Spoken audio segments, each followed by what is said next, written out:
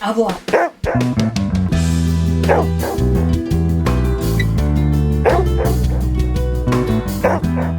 All right, we are rolling. Welcome to another episode of FitPet Boston Talks. My name is Leah Lodato. I'm the host of the show, and today I'm here with my wife, Lori Lodato. Hello. And we're just going to chit-chat about a variety of different subjects that have come across our desk. I'm using desk with quotation marks over the past couple of months, and do a deep dive into, well, not really a deep dive, I should say. I don't even really like the word or the phrase deep dive. We're going to talk a little bit about each subject. Thank you so much for sticking with us. I know that it's been a little while since I released an episode. 1 month. 1 month at least. It is still the new year, though it is February the 4th as we are recording. So I wanted to remind you, if you are listening, of those goals that you set at the beginning of January, because around this time is when we tend to forget about all of those great ideas we had for ourselves for the upcoming year and kind of slide back into old patterns and habits. So if you did set some goals for 2023, I would encourage you to look back on those goals and see if you are doing anything every day to reach those goals, if your habits are supporting what you would love to do with this year. Okay, so let's see. Anything else housekeeping-wise that you wanted to talk about, Laurie, before we get going? Yeah. Do you think people are mad that you mentioned New Year's resolutions and that they might be sliding back? Well, I never said New Year's resolution. I said goals. Goals. I still make goals. It's fine. Yes, and I have a page in my little journal for my goals to change as well. So I wrote down my goals, and then on the back side of that page, I said amendments. Oh, you already put amendments on them? Yeah, I've added to That's funny. them I'd and like to just change them a little bit. To not as much. To less. You can do the modified version of this exercise. I always love when they say that in class. I'm like, no, I have to do the original version and kill myself. Like in a yoga class? Yeah, I don't do the modified version because I usually have some elastic woman next to me. Making you feel bad. Making you feel like a tin man. They're so perfect. I have been They're stretching the perfect more yoga outfit. in my daily routine. It is important. Stay limber. Nobody stays limber until you're old. I know. When you get older, you have to stretch. You have no choice or you'll snap. Absolutely. So that's when you start stretching. Things we wish we knew in our 20s. It doesn't matter. I knew it in my 20s and I didn't do it because I didn't have to. Mm-hmm. My body didn't need to be warmed up for 30 minutes before I could do an exercise. I know. I was listening to a podcast yesterday, the newest Andrew Huberman podcast. He had a doctor / nutritionist / women's health advocate on, and I think she's in her 50s. Anyway, she was talking about, well, if I were in my 20s, I would want to know what my hormone levels were and what my insulin level was and blah, blah, blah. I'm like, when you're in your 20s, you're like hungover every day. Yeah, you don't give a shit what's going on. You're barely making it through the day. Yeah, you don't think about death. No. Or like... what your hormone levels are going to be when you're going through menopause. What the hell? How you're going to feel walking around all day. Yeah. Absolutely. Taking care of dogs, getting beat up by them. You don't think about that when you first sign on to the job. No. You're full of hope. I just don't think that people in their 20s, at least my group of friends and myself, I did not have much forward thinking, shall we say. No. Yeah, you just don't. But who knows? The 20s. Maybe there'll be a cultural revolution and 20-year-olds will be running the world. And I doubt that. Mm-hmm. I'm just saying stuff. No, they're taking... They have treat yourself days. We don't have those days. Nowadays, I meet somebody that's 20, and I'm like, holy Hannah, you're 20? You are literally acting like you're 12. They're like fresh out of the oven. Yeah. 20 years old. Joyful. I saw a picture. I went to visit vacation days. I went to visit my aunt in Louisville, Kentucky in November. I think I mentioned that earlier on the podcast, but never been to Louisville before. And I saw a family portrait of my aunt, my two aunts, and my grandfather in the den where my grandmother lives currently. Like the den. Yeah. Nobody even says the word den anymore. Well, I just said it, so let me tell my story. Sorry. So there's the same den. Oriental rug that's in there, the same fireplace, the same glass on the... And this picture was probably taken in like the 50s. Yeah, the 50s. And I looked at my grandfather. I'm like, how old was my grandfather in this picture? And she was like, oh, he was probably like 14 or 15. Whoa. And he looked like a 25-year-old man. Like the suit, the hair, he had lines in his face. Was it black and white? Yeah. Well, it was like sepia colored, I guess, and more like browns and beiges. I took a picture of it on my phone because it was such a really beautiful picture. But I thought that was really interesting because, and my aunt was just a few years older than him, and she looked like a flat out grown up. Like, it was unbelievable. But anyway, I'm sure other people can relate. Okay, so 2 things I wanted to talk about, and then I'm going to let Lori address what she has going on. But I wanted to talk about 2 items that clients have asked us regarding the cold and the cold weather, because today, as we are speaking, it's freezing out. So I think today was about 4 degrees. That's without the wind chill here in the Boston area. And do you have to pause, Laurie? No, I'm checking to see. Today is, at this point, it is a balmy 13 degrees. Yeah, it was cold today. My car wouldn't start. I was supposed to go to K9 New England for a swim date with Raven and one of her boyfriends. And I went out. I was supposed to be there at 1:30. I went out to the car at like 12:15. I was like, okay, I'll start the car, let it run for 15 minutes. That Honda was not starting. It's time. No, it's not time. The Honda's dying. It was like 4 degrees. It was so cold out today. But it's a 2007. It's fine. If we sell that thing, they're just going to ship it off to Bangladesh, and they're going to bank another 10 years out of it. So why can't we do it here? It's true. They're going to send it overseas, and someone's going to be driving that thing for another 20 years. It's a bunch of men in a den talking about how to fix up a Honda Element. I'm not selling that thing. Anyway, you're not selling it. It's going to die. Yeah. In our yard. No, it's not going to die. No, it's going to be like a Grey's Anatomy scene where they keep doing like resuscitation. It's not working. and they're like, call it. And then you have to say time of death. But we're going to like hold it and we're going to cry. I'm not getting rid of that And there's a song that'll play. Yep. In the background. It'll be like a rock song covered with an acoustic guitar and a breathy lady singing. Knock, knock, knocking on heaven's door. Sometimes it does knock. We're not. All right, let's talk about this cold weather, shall we? Okay. So, Yes. Yep. yeah, one of our clients asked me, do I put booties on the dogs when I bring them outside and run in? She specifically asked me about running in the woods with booties, but most of the time, I think people use booties when they're on the street because of the salt, etc. And the short answer to that is no.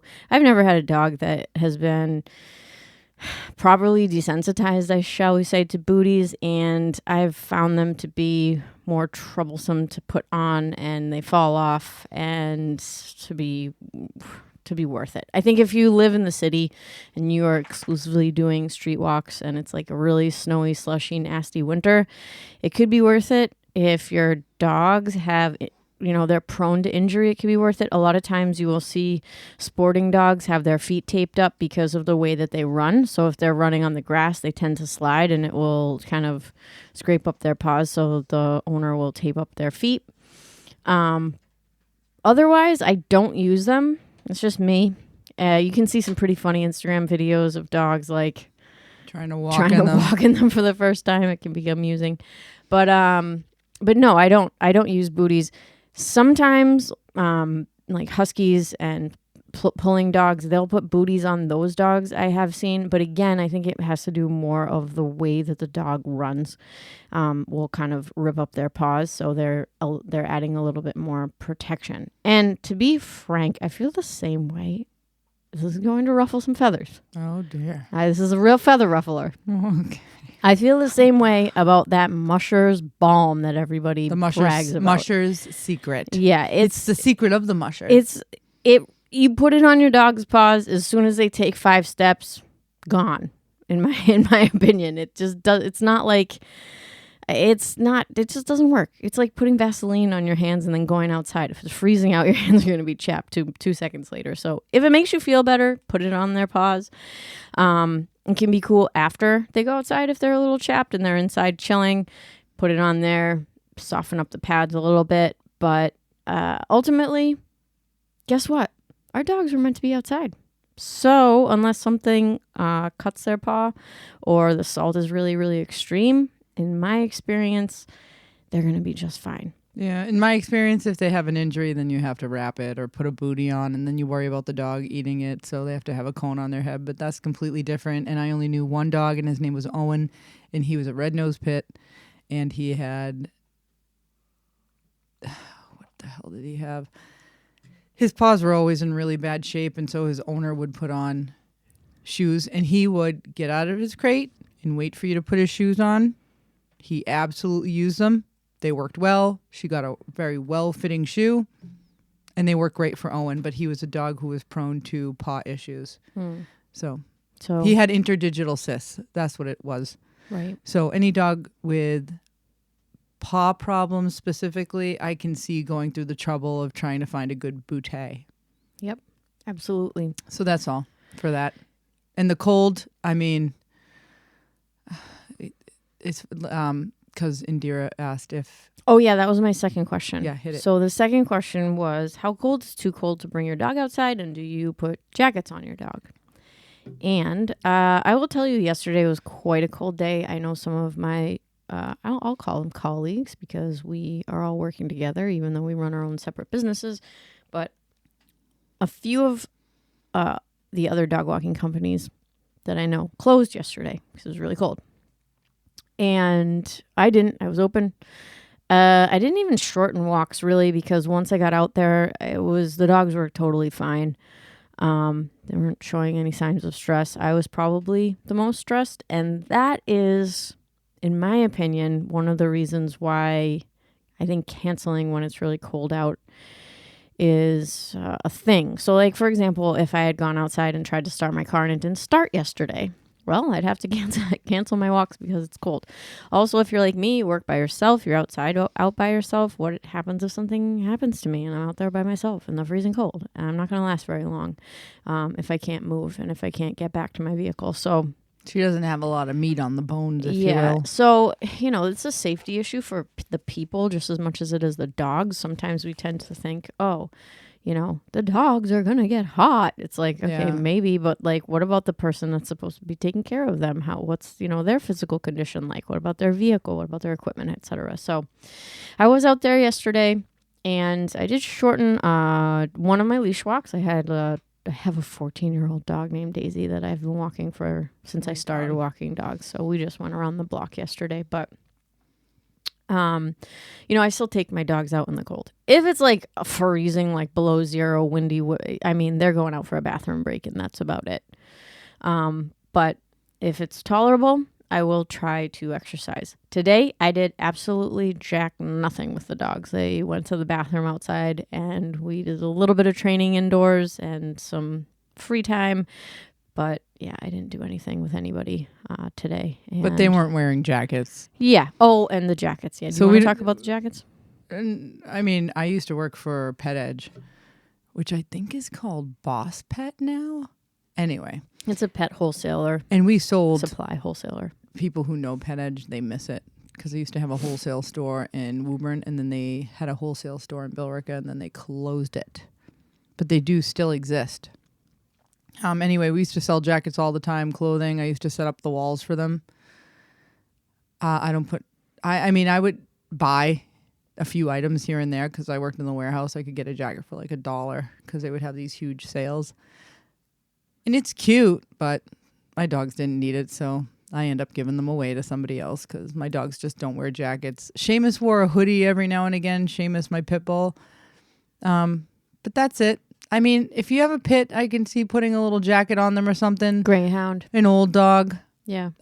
Maybe you put something on a hair dog so that you can try to keep the mud off them a little bit or the rain, but I don't put clothing on dog because it's cold. I think it's more of a problem in the heat. I'm more worried about a dog in the heat than the cold.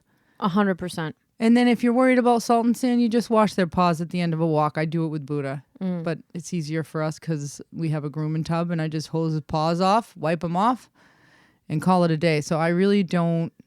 And I had a Rottweiler that used to sleep out in the cold. I took him in on really cold nights, 0 degrees below. He hated it. And I put him back outside. He had a dog glue and a bunch of straw and hay in there, and he used to rest his fat head, and he preferred to stay outside.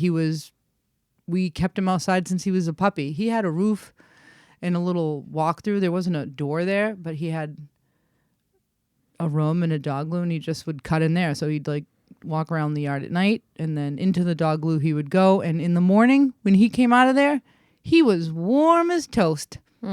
So, nope. I think dogs are fine out there. I mean, if you have an outdoor kennel, then yes, you have to provide some heat for them. But we're talking about walks, like a walk or a dog walk or a woods walk. No.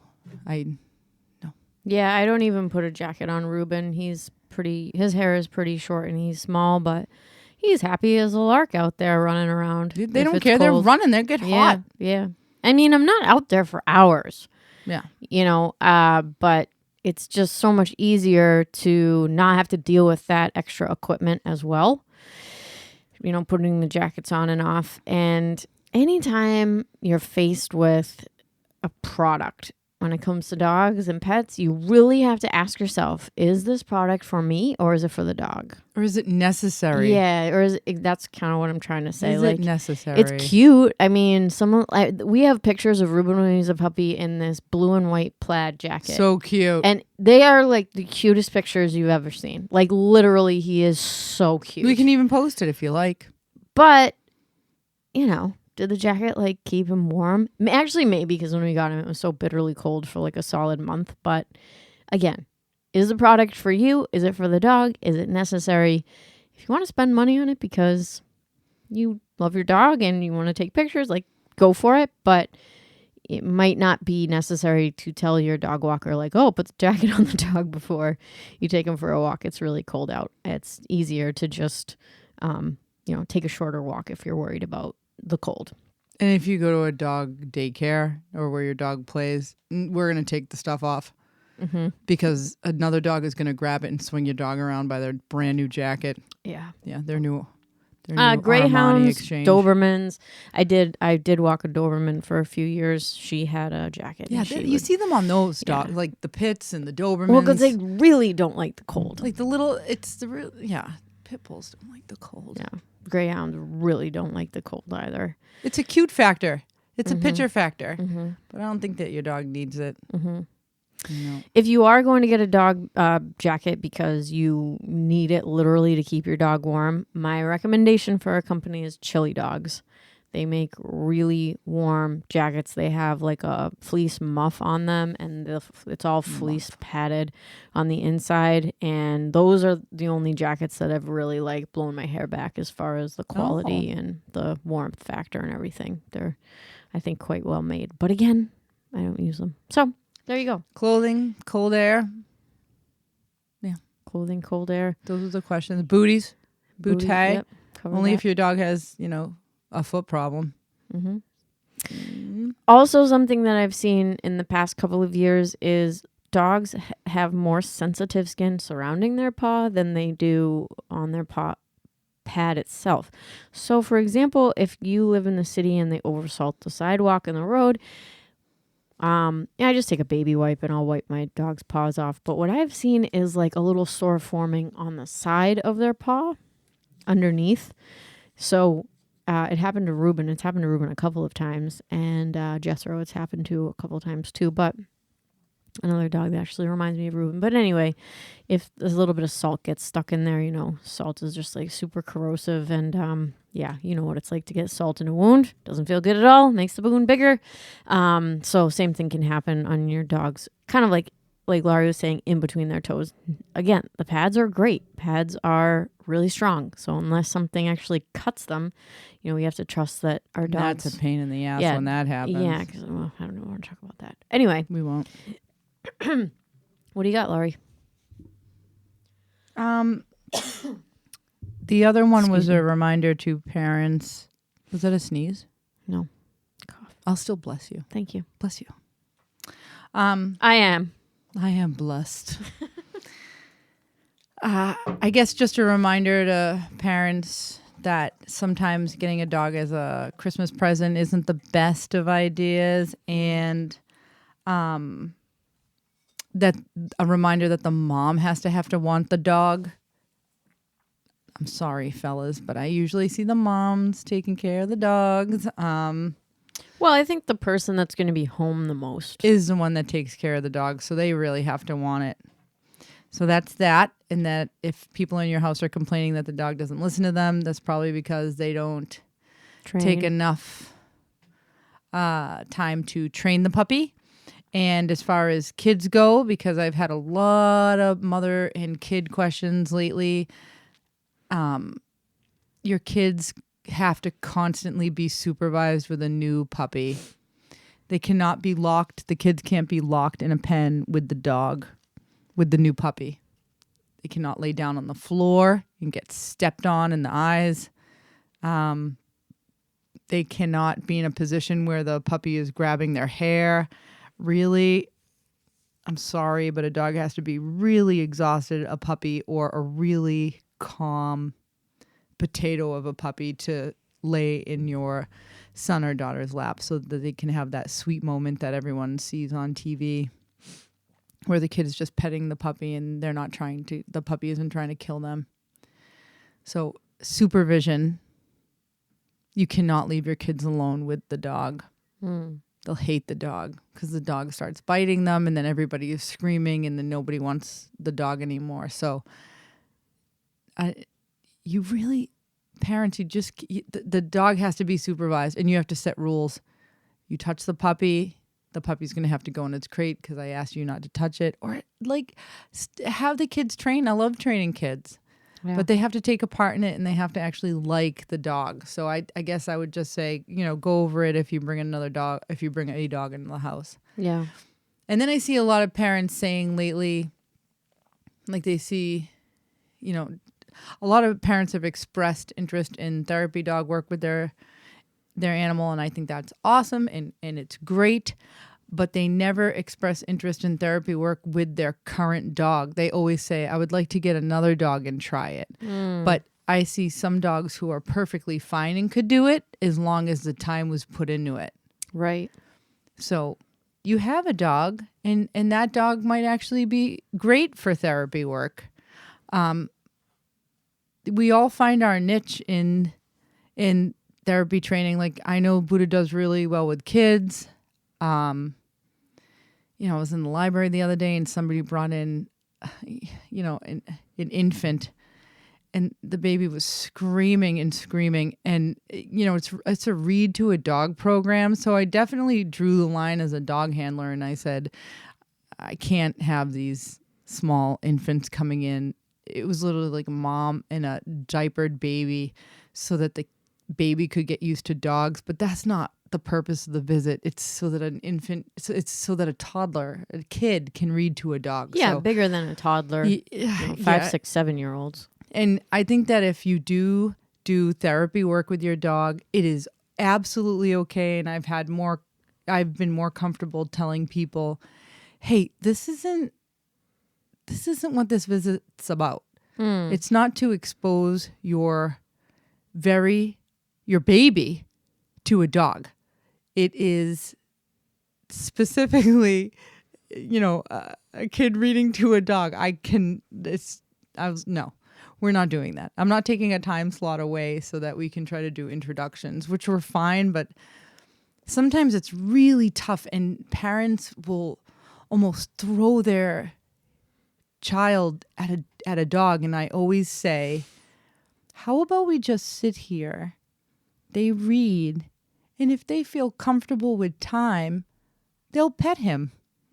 And usually the child will pet the dog, but it just takes time. But you don't want to have the parent walk in the room and be like, touch the dog, say hello. And normally by the end of the visit, Buddha will just be laying there and the kid will say hi and it was no pressure. So if you are a therapy dog handler be so respectful, but just say, don't have a problem standing up for your dog or drawing a line or offering some advice in a way that is received well by the parent. And then if you have somebody who you answer to, which you do, if you do therapy work, you usually have a go-to person that does your assignments and lines everyone up. Tell them, because I will tell them the next time. I do not want babies in the room. Yeah. Yeah, it's interesting that so many of our clients are interested in therapy work. I think it's super cool. I love it. Yeah. I love to see everyone.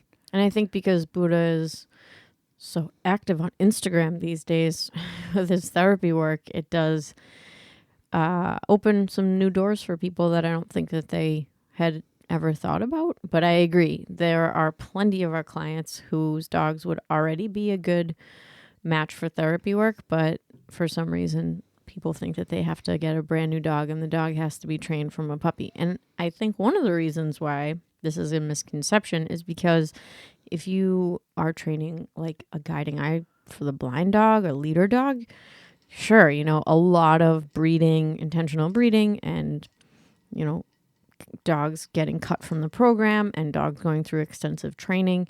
It is a totally different kettle of fish to train a dog to walk a blind person across the street than it is for a dog to be calm, have a nice temperament, be trained so that a child can read to the dog. Like, those are two different things. A therapy work is not service dog work. Yeah. So if you're interested, TDI website, you can see all the different types of jobs that the dogs are doing.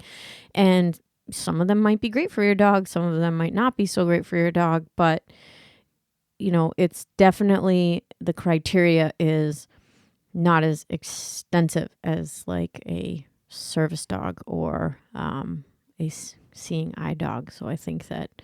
And we always make that distinction with the kids too. We make sure we tell them that it's not a service dog. And, we have to keep... Service dogs are allowed places. Therapy dogs and emotional support dogs are not always allowed places. Like, we cannot... Well, therapy dogs are, you can think of it as being invited. Right. We're invited places. Yeah, it's not like you're taking your dog into Kohl's. Like, like there's an appointment. Yeah. The people that are attending the event understand there's going to be a therapy dog there. And it's very structured. Yeah, but there is some therapy visits, guys, that I'm like, this sucks. I'm not doing this again.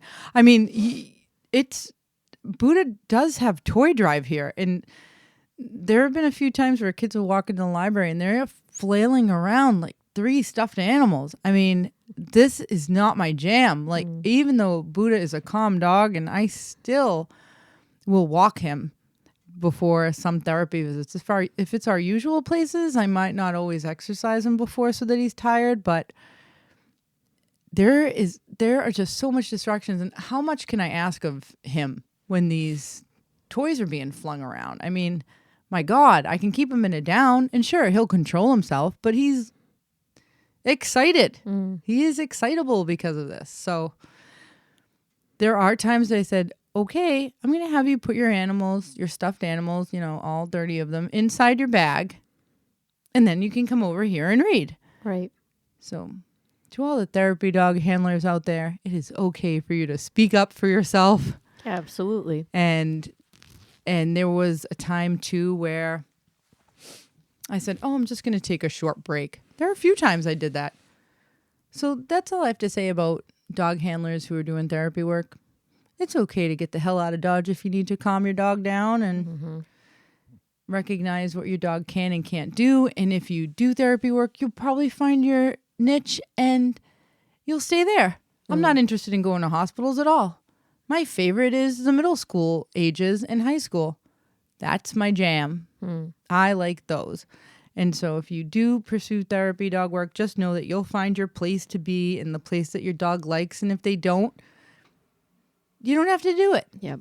No pressure. And you weren't able to do your best buddies this week because Woburn teachers are on strike.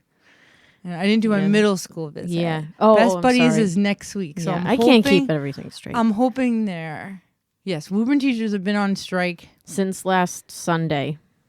So it'll be 1 week on Sunday, and the kids had no school all week. And we live very close to the hub of all the action. So we're always driving by, scoping out what's going Buddha on. went to one of the rallies and Yep. supported those teachers that let us in the door. And Yeah, there's a big local politics, but there's a big controversy because the mayor of Woburn, people either love him or hate him, and he said some unsavory things about our teachers in Woburn. So I think that is making the negotiations a little bit more challenging. But lots of drama. I know I saw one of the teachers in the nail salon. Oh, you did? Oh my You didn't God, tell I me did. I that. was getting mani-pedi. What'd she say? Because we're always so dirty. I like to be clean sometimes. No, nothing. I was just chatting with her, and I went to high school with her, and it was good to see her there. And they're going to have another meeting tomorrow, Sunday, Whoa, okay. at 11 o'clock. All right. And hopefully they'll figure it out and have school on Monday. It's not a guarantee, but they are having a meeting. It is public knowledge that they will be having a meeting tomorrow. All right. Yeah, Hopefully and get the hopefully kids back in those school. Negotiations will work out and the teachers will be compensated for their work. Yeah. Yeah. It'd be great. Big issues. Big issues. I'm hoping we get our best buddies visit. So Yeah, because that's going to love be those kids. next Friday, correct? yeah, I love those kids. Okay. Cool. They're awesome. What else you got on the list? I mean, we could cut it there. We could cut it there. Yeah. I wanted to say one more thing. I did have a class I'm really hit or miss with kids. Sometimes I'll have a kid in class and they'll be so engaged and involved. And, the way I look at my private lessons is like, if a kid really wants to work, I'll nurture that. But if they're disengaged, I won't try to get them involved. So in the beginning of a class, I'll, include everybody. But if there's really no reception on the kid's part, I kind of will take a step back.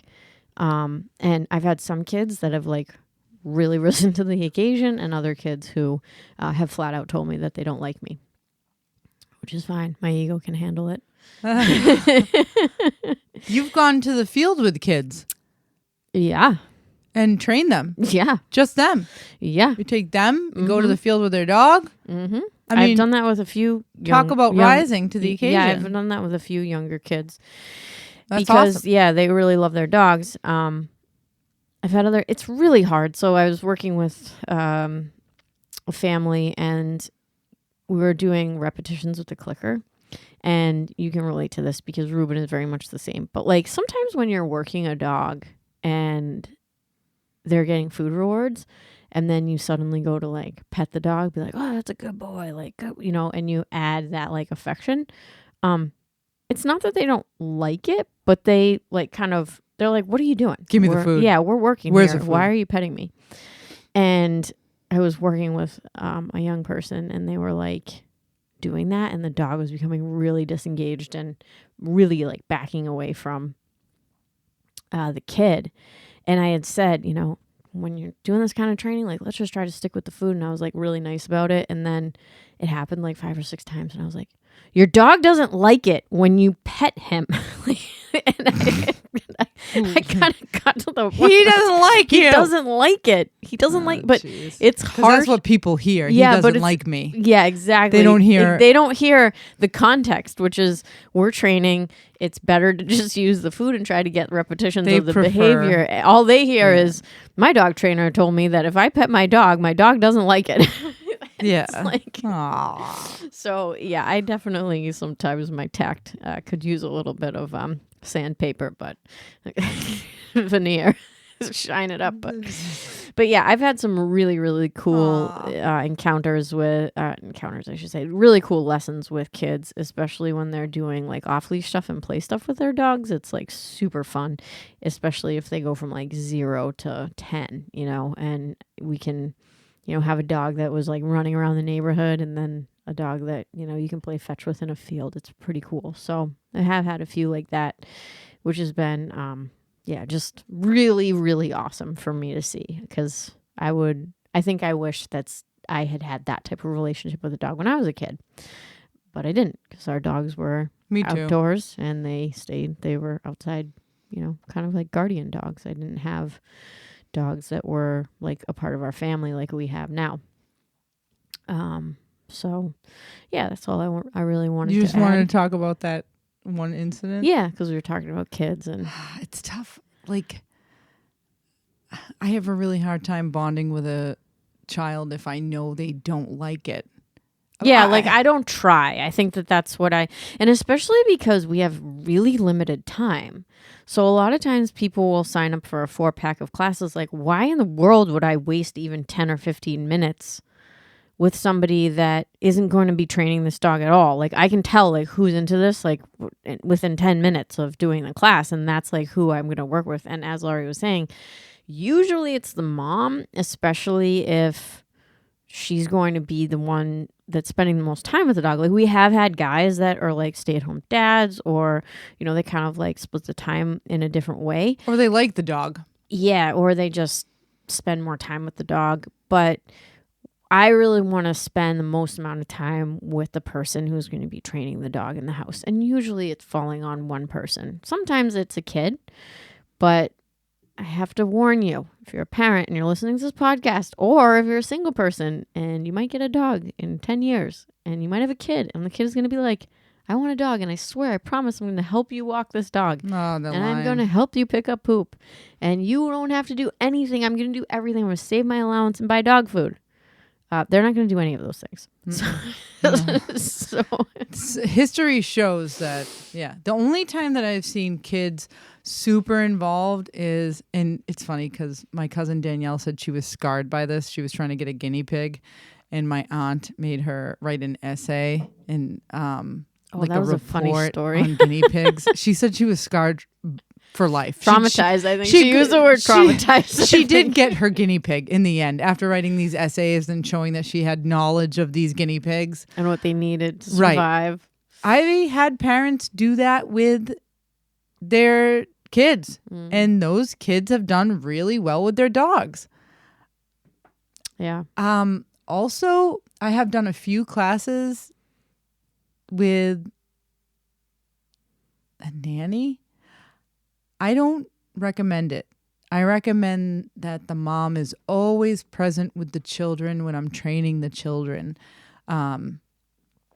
There's nothing wrong with that. I have done classes separately, but I do prefer the parent be present at the class if I am training the babysitter or the nanny. I think it's important that the mom is always there. And also there's always forward progress if there's one consistent person with every class. So if a mom comes to one class, and then the dad comes to another, I'm usually backtracking and we're not moving forward. So if you want more bang for your buck as far as a class goes, you're either both going to show up to every class, or the same person will show up to every class and they can transfer the information. Yeah. And if somebody in your house isn't on board with a specific tool for training, the only way you can convince them is by showing them how wonderful the dog behaves when you're doing all the things you learned in class. So somebody in the house might say, I'm not doing that. But then if they watch you and they see progress, that's how you can get them on board. So your actions matter, everyone. If you're trying to get people in your house to listen to you and say, guys, this is super important. I really want this dog to be part of the family. I want everyone to listen. I want the dog to progress, blah, blah, blah. Then show them how well the training works. Show them how well that dog listens to you and not to everyone else. And involve your kids in training if the dog is eating them. Absolutely. I mean, supervision is so important. Can I be a little bit more explicit about the nanny thing? Are we? All right. We already talked about your tact. Unless you have a nanny who has dog experience, and when you hired them, it was part of their job. You're right, Leah. It is totally unfair to add that responsibility onto their plate.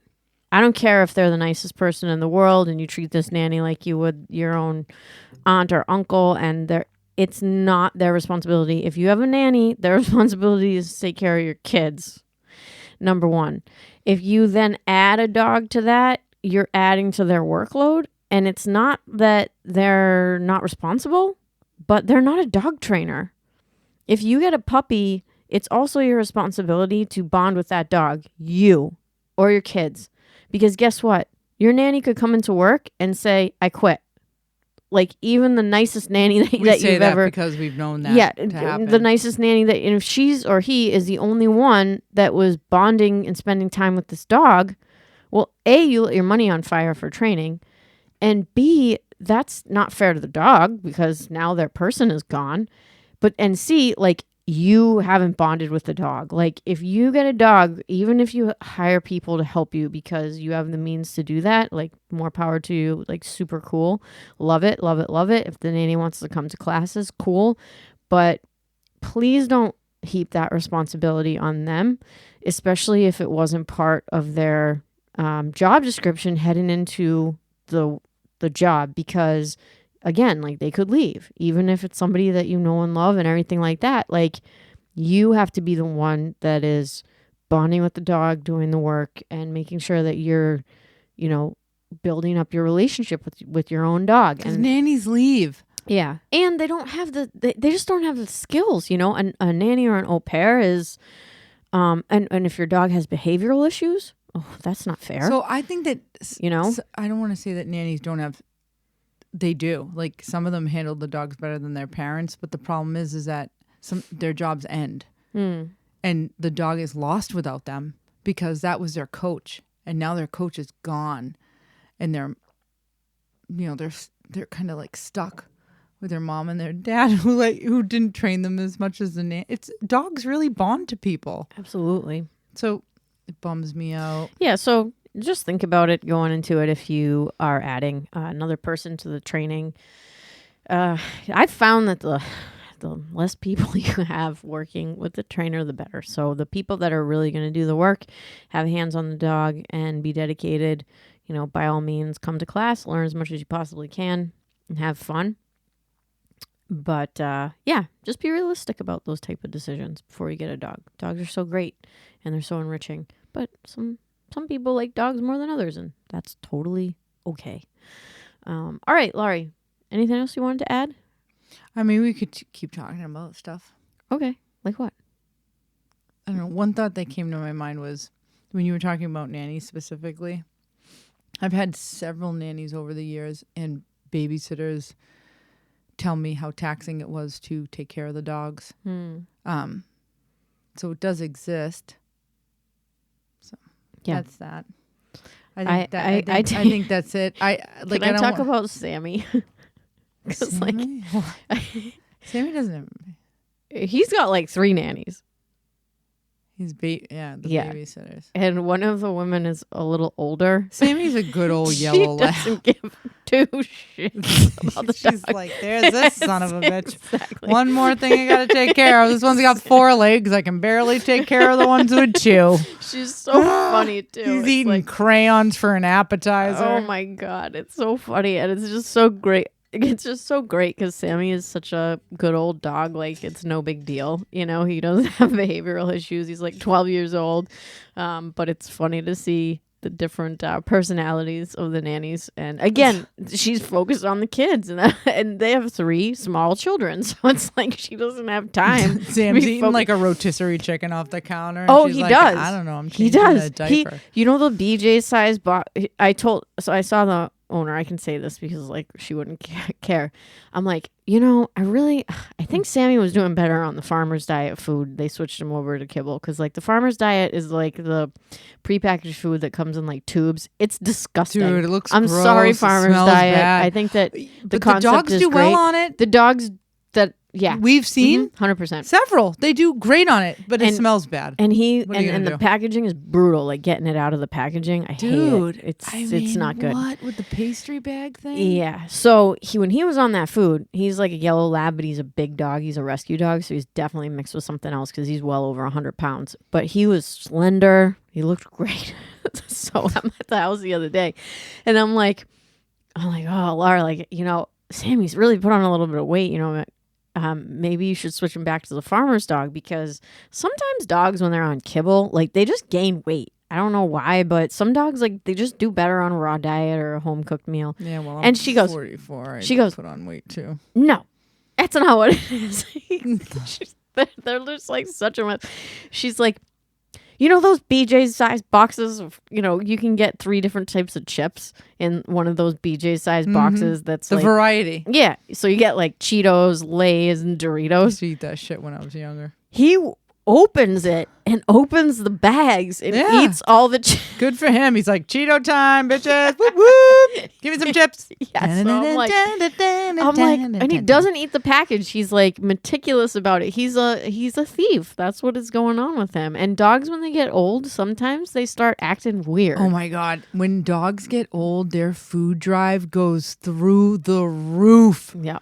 He's ravenous. There is craziness that happens in older. See, the same as people. I swear to God, the same as people. Just deal with so much when we get older. And we get older, our metabolism slow down, and we have to eat barely nothing to stay in shape, people. It is a constant battle. Wah, wah. So he's over there just eating his damn chips because he's like, look at all these kids I have to take care of. I'm exhausted. I'm going to watch the game and eat my chips. Yep. It's a shit show. He's a good old boy. He's a good old boy. Sammy. I love that kid. He hugs you, actually. You get, for the people he loves, you get down on one knee and he puts his paws up on your shoulder and he just looks at you. Yeah. Like you're the best thing he's ever met. And this is why dogs will always be better than people. Sammy looks at me and I go, oh my God, this dog loves me. And I know it. Yep. He's never told me any different. Yep. I love Sammy. He loves me too. I have so many pictures. Yep. He's a good old boy. I just love that dog. Trustworthy too. I can have him with anyone. Yeah. He's one of those dogs. Bit of a humper. You'll know what I'm talking about if you handle dogs. But my aim for the dogs that I have off the leash is for me to have the same attitude I do with them as I do my own personal dogs. It's a goal, you don't reach your goals always, and sometimes you have to roll with the punches. And I have some dogs that I have a better connection with than others, but Sammy is one of those dogs that I trust like my own dog, which is I love Sammy. A great feeling when you have dogs off the leash. One time, good story about Sammy. I love him. He's one of the first dogs. Like when I first started my business, he's one of the original OGs. He's an OG. And his mom had walked him out, and against my rules, she didn't have him on a leash. This guy gets out of his truck, and Sammy goes barrel assing towards this guy, barking. The guy was so scared, he jumped into the back of his truck. His pickup? It was the funniest thing I've ever seen. And I was like, Laurie, you're supposed to have him on a leash. What the hell? Now I'm super strict about that, liability and all. But it was just so funny to see this guy jump in the back of his... It's worse when the kids are around. So Sammy's, he'll start barking more if the kids are around. Yeah, 100%. He's protective. He'll definitely be with them. That's fine. Yeah. We'll just keep going. This podcast will go on forever. So the other question I had was boarding older dogs. Oh, this was a good one. So I started off my dog career in a kennel. Well, kind of. Probably a year into my dog career, I ended up, I was in a kennel that housed probably like 60 dogs at a time. And don't fool yourself. I would take care of all of those dogs. I had some help here and there, but I was thrown into the fire. I didn't know anything about dogs. Next thing you know, I'm running a kennel. Or I was like walking dogs in the beginning, and then I was running a kennel. And people would call me to board their dogs. And this was a general boarding facility. Not what some trainers do these days. A lot of trainers will have a relationship with the dog and then offer to board the animal. So we had a lot of older dogs that passed through. I will tell you, in my 4 years of boarding every Tom, Dick, and Harry that called that I didn't know because it was just a general boarding facility, we did do training. Dogs 10 years and older did very poorly in a kennel environment. If you have never crated your dog, do not put the dog in a kennel environment. They do not like enclosures. If they've been under your armpit for their entire life and you throw them into a kennel because your cousin canceled on you or your aunt canceled on you or the kid down the street, you just can't do it. I remember, I'll never forget this one Mastiff belonged to a police officer.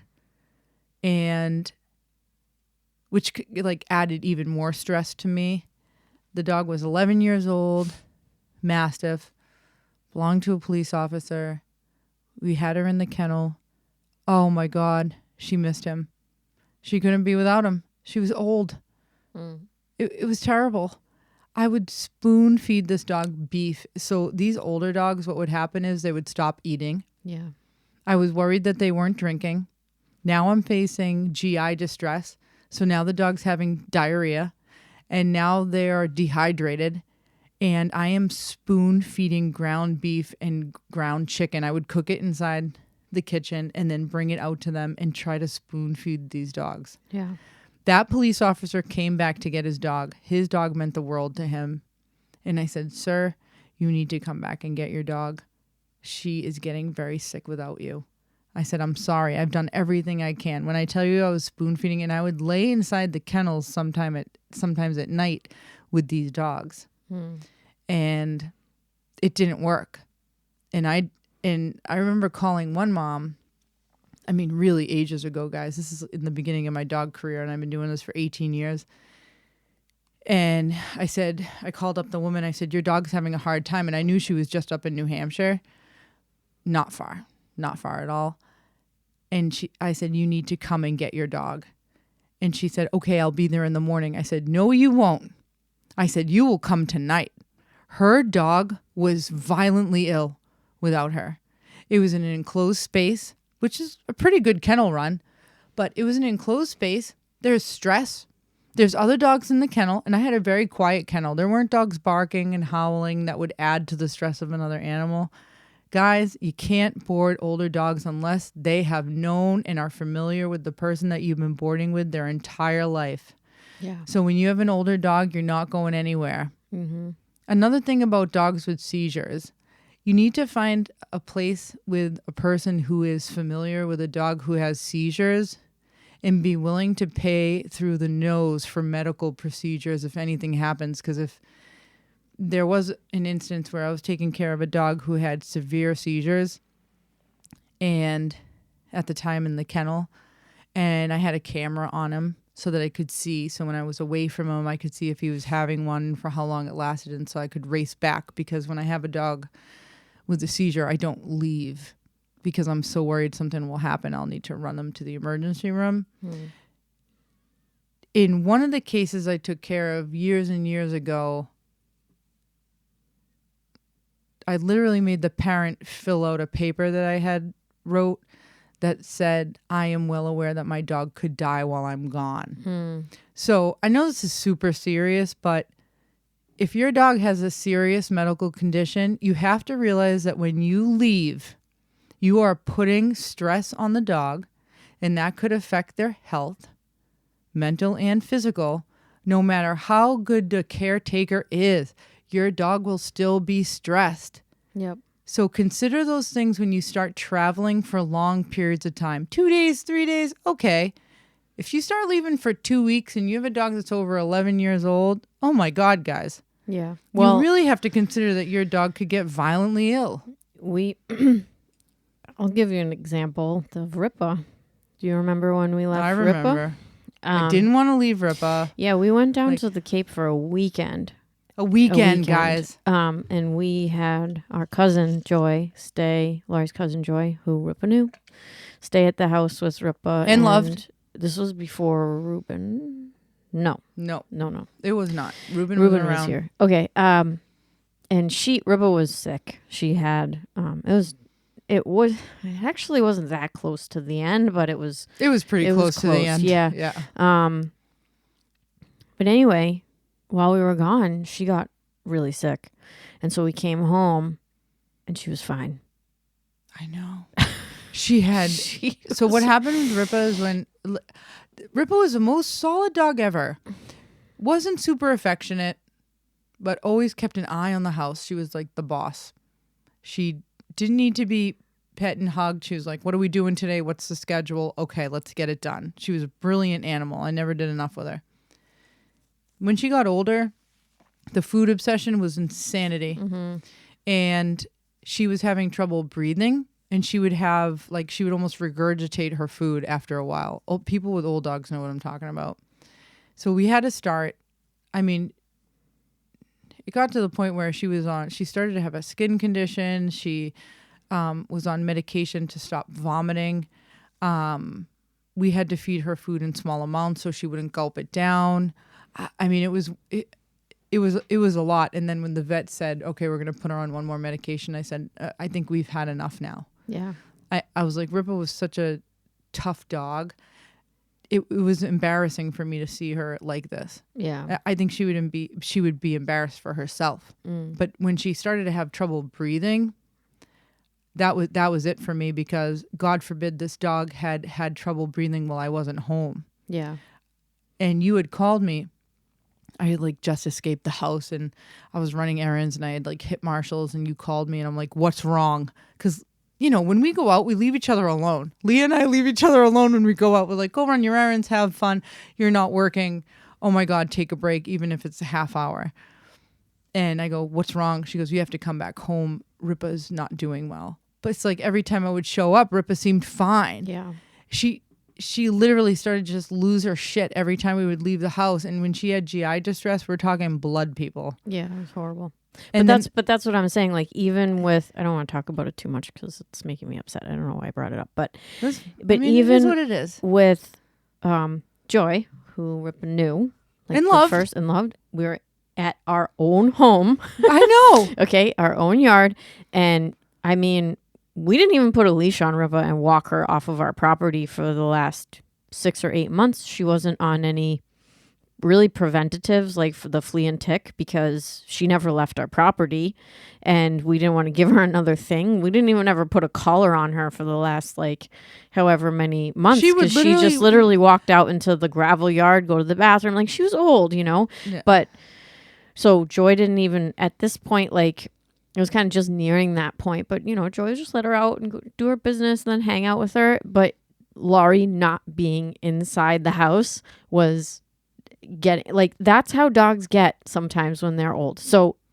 there's an order in a system, yeah, and you're supposed to be there. And I was always there. I never went away from my dogs. And ever. The message is, if you have an old dog, right, you have to understand that this is a very short time in their life where you are going to have to be more available. There's no two ways about it. As Lori said, and the other issue is you could have a provider that, and this goes for dogs of all ages. If you board and train your dog and your dog's not eating and you get back and they're skinny and whatever, I mean, it's the person's responsibility to tell you exactly what's going on as it's happening. But sometimes the dogs are so stressed out that they're not eating and they're not drinking. So it's you have to understand that you can't just remove your dog from the situation that they're in and put them in a brand new situation and expect everything to go honky dory. Yeah, okay, for a Labrador, maybe it will be fine. But for a dog that's, like Lori said, not used to being inside of a crate, used to being with you all the time, and then add their age on top of that, man, it's just really, really hard. So my suggestion is to find a pet sitter. And to find one before your dog gets to the point where, you need a ton of care. Because once your dog needs a ton of care, you're not leaving, period.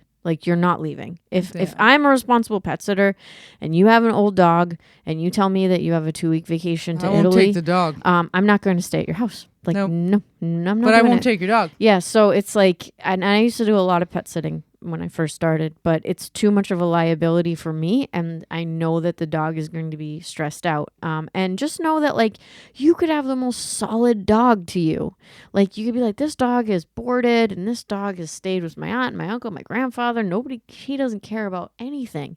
It's yeah, but when they get older, their behavior can start changing. So you have to be able to not have an ego about it, roll with the punches. And my thing is, it's such a short time that they need your attention like that. Just be prepared and don't plan a 2-week vacation to Punta Cana. You're gonna have to stay home. You're all going. Or people that never go on vacation, but then they take that 2-weeker. Dude, come on. And then do your dog a favor and do yourself a favor and just board the dog for a weekend beforehand. Yeah, absolutely. It's all right, guys. Board your dog for a weekend. See if the dog does okay. And if your dog needs medication, because in the kennel as well, if I boarded a dog, I said, your dog can come here again, but they're going to need medication.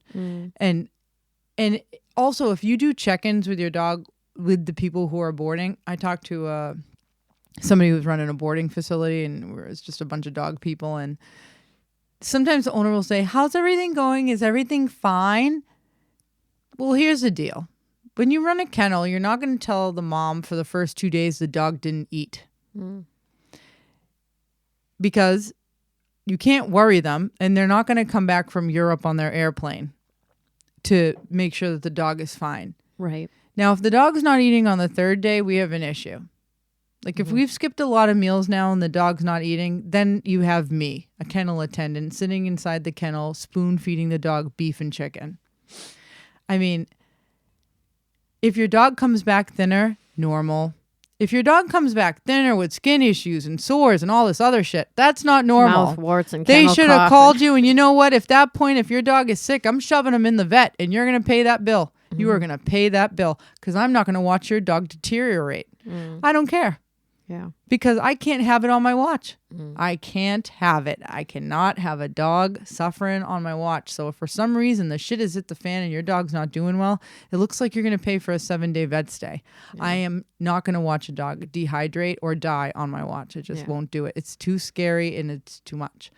Yeah. And it can happen, again, it's like you have to think about things ahead of time. If you're going to take a long vacation and the dog's never been somewhere or never been in a kennel, never been in a crate, and more people that are responsible handlers require you to kennel your crate your dog. So you want to get on that, even if you rescue a dog. You want to really try to crate train them. It really, really helps on all of these fronts that we're discussing right now. And then board and trains. A lot of dogs are going to board and trains for separation anxiety.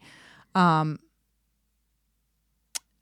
really give dog trainers a lot of credit when they take a dog of any age that has separation anxiety that wasn't kenneled ever in their life. I mean, you're dealing with huge issues and you are making a huge promise to that parent that you can solve these issues within a specific amount of time. Yeah. And a lot of the times I know a lot of board and trains that will say, I'm keeping the dog for another week. I'm keeping the dog for another 2 weeks. Maybe these are things that parents haven't thought about, that this is what people that kennel dogs deal with.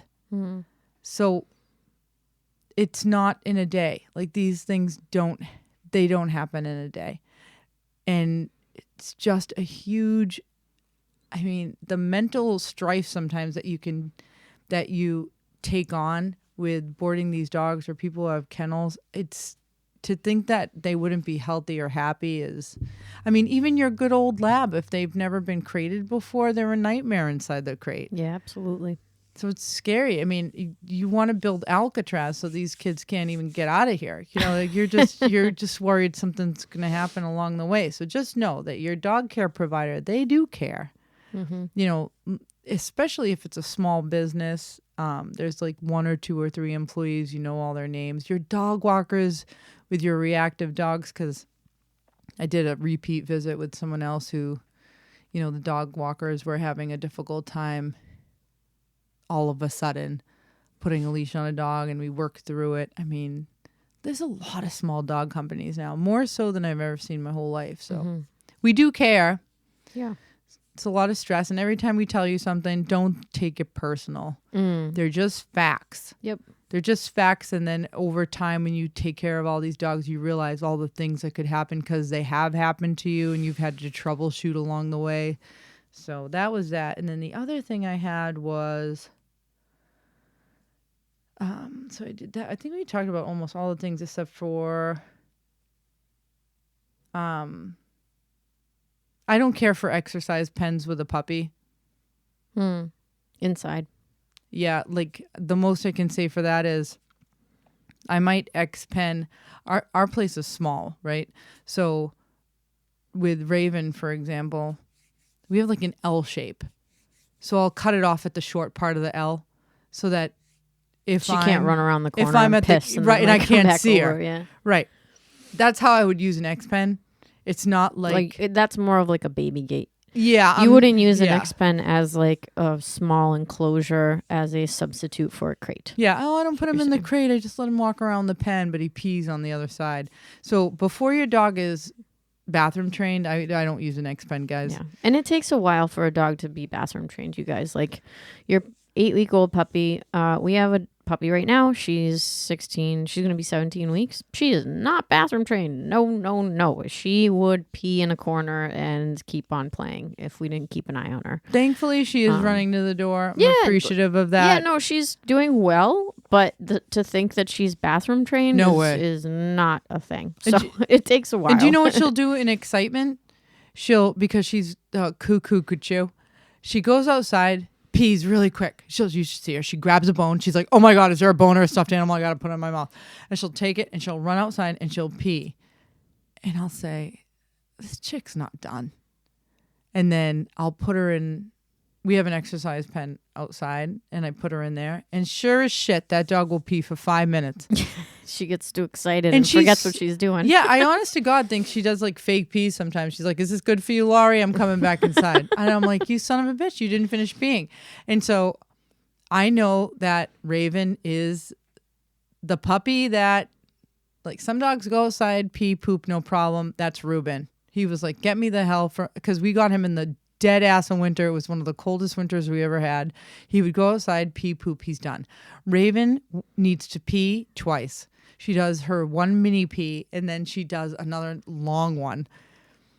And I'll look at her and I'm like, oh my God. You start to learn your dog. You're like, you have to poop. You didn't poop. She's like, no, I'm fine. Just let me in. I'm like, no. And I put her back outside and then sure enough, she poops. This is the only puppy that I have not led outside by a leash every single time they have to go to the bathroom. And it drives me crazy because I leash every one of my puppies to go to the bathroom. But with Raven, I don't know, it's escaped us. You put her in the exercise pen, she goes immediately. Well, we need to clarify. So we put her in the exercise pen on the cement. An exercise pen is a great way to potty train a puppy outside, by the way.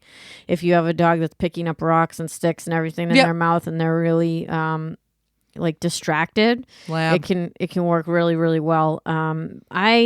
Raven will pee and poop on a leash because when I take her in the woods, like, she's always dragging a leash. And then what I've done a couple of times is, like, when I know that she has to go, like, I pick the leash up and that really helps because I always want a dog that will poop and pee on a leash.